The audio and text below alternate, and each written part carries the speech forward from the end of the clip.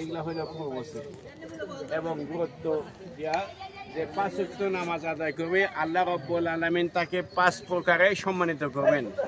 প্রথম হলো রিজিকের সংকীর্ণতা দূর করে দিবেন, সুবহানাল্লাহ। ২ নম্বর হইল কবর আযাব হটিয়ে দিবেন। তারপরে ৩ নম্বর হইল আমল নামার ডাইন হাতে দিবেন। ৪ নম্বর হইল পুল ছেদে রাস্তা বিজলির গেলে পার করে দিবেন এবং সর্বশেষে বিনা হিসেবে জান্নাতবাসী করবেন।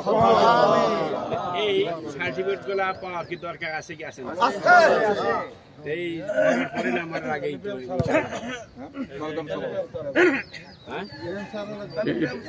এটা মারে ভাই, এটা মারে অবশ্যই অবশ্যই দেখেন বাপটা কি। এই জন্য আমাদের যারা আমি মনে করি যে রাসূল পাক সাল্লাল্লাহু আলাইহি ওয়াসাল্লামের জীবনের বয়স কত? 63 বছর।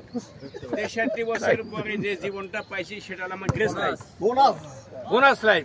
এই বোনাস লাইফটা যদি আমি বলি যে আমার 2টা নিয়ামত, যে হইলো যে দুনিয়ার মধ্যে যে এইভাবে একটা অবসর সময় পায়, এটা একটা বিরাট বড় নিয়ামত। কি কয়? হ্যাঁ, 63 বছর পরে যে টাইমটা পাওয়া যাবে এটাই বোনাস লাইফ। বোনাস লাইফ, এই বোনাস লাইফটা যদি আল্লাহর রাস্তায় খরচ করা যায়, 1 লাখ লাখ বালাই, এটা অনেক উপকার। এটা বাটারফ্লাই না মসজিদে পয়সা পোস্টার গ্ল্যান্ড ইবাদতবন্দি করা যায় যদি আমার মনের মধ্যে সেই জিনিসটা থাকে। এই জন্য আমরা যার যার ওই চাহিদা অনুযায়ী যার যার সামর্থ্য অনুযায়ী ইবাদতবন্দি করবো। এই জন্য সকালবেলা অনেক কিছু আইসি এই শেখ নামাজ পড়ার সুবাদটা কি বেনিফিটটা কি জানি। যে ব্যক্তি ফজরের নামাজ পড়া সূর্য ওঠার পরে 20 মিনিট অপেক্ষা করে নামাজ পড়বে, তার জন্য 2টা সার্টিফিকেট দেখবে। একটা হলো যে একটা কবুল হজ, একটা কবুল হজের সওয়াব পাইবে।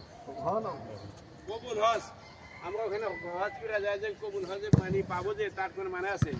কিন্তু এখানে বলছে যে যে ব্যক্তি এই ইশাক নামাজ পড়ে একটা কবুল হজ, একটা কবুল হজের সওয়াব পাইবে। বাকি 2 রাত নামাজ পড়বে, সারা দিনের জিম্মাদারি আল্লাহ হাতে থাকবে।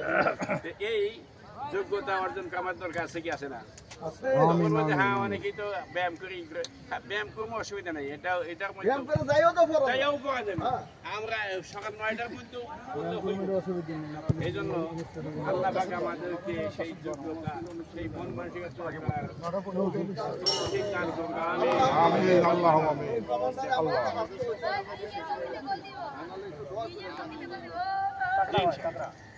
ربنا